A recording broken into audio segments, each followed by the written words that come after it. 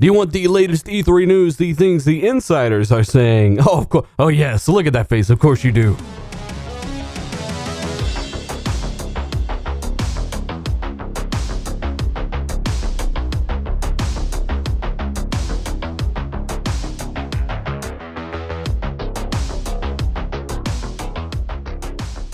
What is going on, guys? This Dealer here, back again with yet another video talking about E3 2019, Microsoft, Xbox, all the latest and greatest next-generation console news and rumors. And it all comes to us thanks to, of course, some pretty credible rumors, some pretty credible insiders, and, of course, some official sources. Nonetheless, there's going to be some very interesting conversation here. Now, before I get started, I want to let you guys know there's no RDX podcast today. I'm currently out of country. This is actually pre-recorded, and you guys are actually pretty awesome. So let's get into the topic. So when it comes to E3 2019, there's actually a ton of interesting stuff going on around Microsoft, around Xbox at this conference. It's already very interesting seeing as EA and Sony have both bowed out of the E3 press conference altogether. And of course, I expect all of you guys who say E3 is irrelevant not to tune in to any E3 news, because after all of that information and news is irrelevant. So we've got a ton to cover today, including next-gen consoles and more, but let's start with Halo Infinite and the fact that Bonnie Ross, head of 343 Industries, has confirmed that Halo Infinite will be at E3 2019, but maybe not in the way you expect. You said something earlier when you were talking about investing in those tools, and now you've rebuilt a new engine for this. What creatively, what does Slipspace allow? Well, what will that allow your team to do that they couldn't do before? I'm sort of curious from a, not from like a literal technical granular level. I know it's, this isn't the time or place for that, but more from a design kind of bigger picture perspective. Yeah, and on this one, I am like Chris Lee will talk about this at E3. So Chris Lee is the head of the Infinite team, and I kind of would save that for E3. Fair enough. Sorry. I have to try while you're here. So Bonnie Ross does confirm that Halo Infinite is going to make an appearance at E3 2019. I expect this E3 to be massive. But when asked a question about Halo's new Slipspace engine, she says that they will be showing this off at E3. They will have somebody up there talking about some of the technical aspects of this new state-of-the-art engine. A lot of really good information in this interview. I'll link it down below. She also confirms that Halo Infinite is a spiritual reboot of the franchise and that they are not releasing it until it is ready. That's the stuff I do like.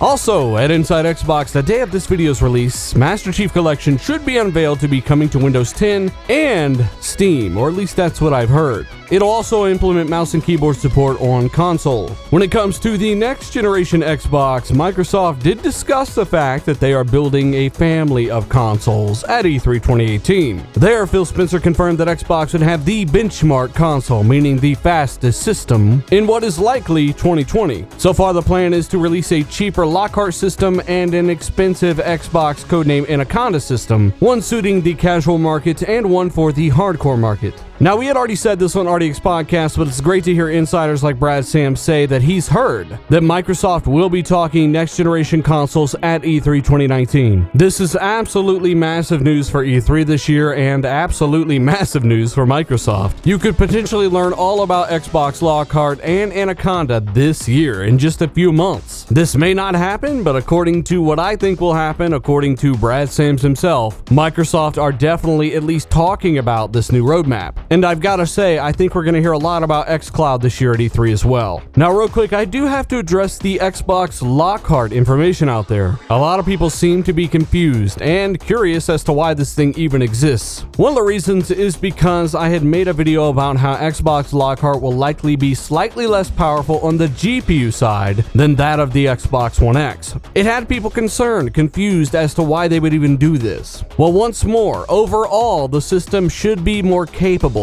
When Brad Sam says he's hearing that the Lockhart will be more powerful than the Xbox One X, it depends on the metric. When it comes to performance, when it comes to frame rate, when it comes to load times, yes, it will run circles around the Xbox One X or any console out today. When it comes to the GPU, you may get those higher performance modes, but at a lower resolution. For instance, 1080p 60, I do believe it'll be a phenomenal 1080p 60 frames per second console, or what will be a 1440p 30, or even 4K 30, depending on the title, type of console. It will not be a 4K 60 monster. It will not be something that takes the Xbox One games and takes them up to 4K 4K 60. At that fidelity, it's going to have a serious GPU bottleneck. The GPU will not be fast enough to get up to 4K and 60 frames per second. To do that, you'd have to roughly double the Xbox One X's power. But what it can do is take that high resolution of 8 million pixels, trim it down to 3.6 or just over 2 million pixels, and double that frame rate along with better settings across the board. It's a phenomenal value as well at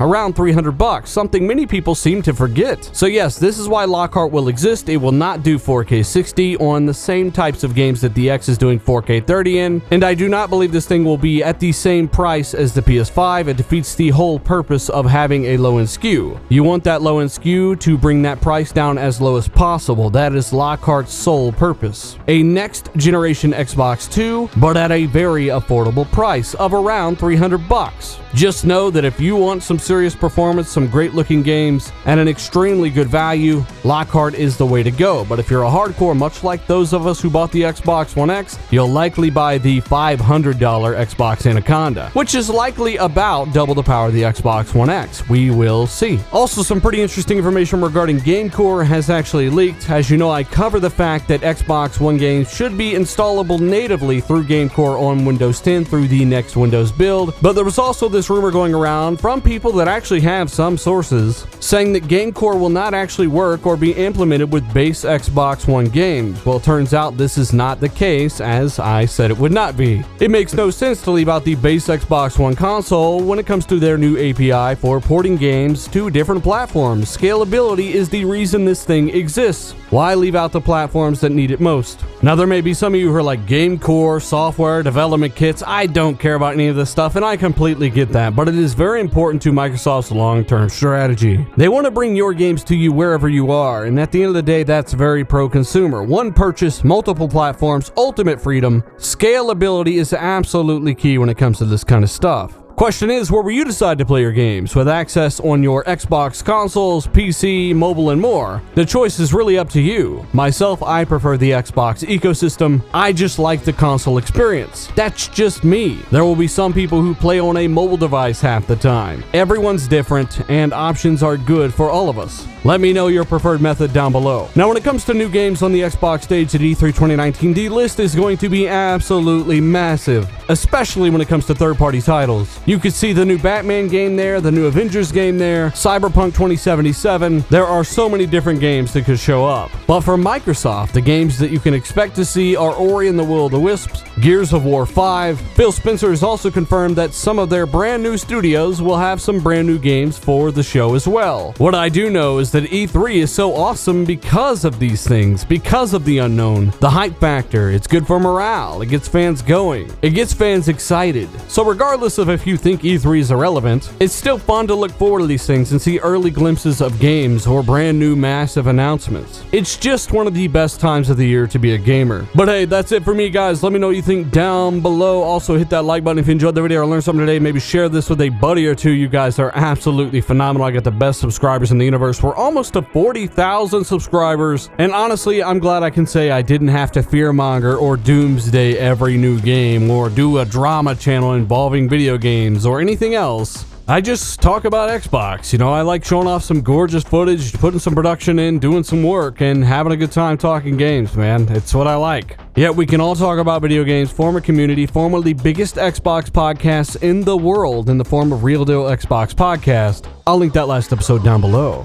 And we can just have a blast. And that's something I actually look forward to doing every single Tuesday with you guys, with the exception, of course, of this week. Like I said, I'm out of country. I'll have another video releasing Thursday. And once more, I guess the point of all this is to say thanks, guys. You're absolutely phenomenal. The likes, the shares, all that stuff, even if you don't contribute on Patreon, that stuff does so much for the channel. And to the patrons, you guys are absolutely phenomenal. I couldn't really up the production value and do everything that I do. And that confidence that you guys have shown in me obviously has allowed me to up production, as I'm hoping that you guys have seen quality of videos, things like that are up. So once more, let me know what your thoughts are down below, guys. You're absolutely fantastic. Hit that like button. Maybe share this with a buddy, maybe 50. I don't know if you got 100 buddies. Share them with all of them. Subscribe if you're new. We'll have more next generation console news here soon. E3 and more. Check out my last video. I'll link those down below, especially my Xbox big comeback video. And you know what? I'm going to drop the mic before that 10-minute mark because I ain't no damn fraud. Thanks for watching. I'm Dealer. I'm out.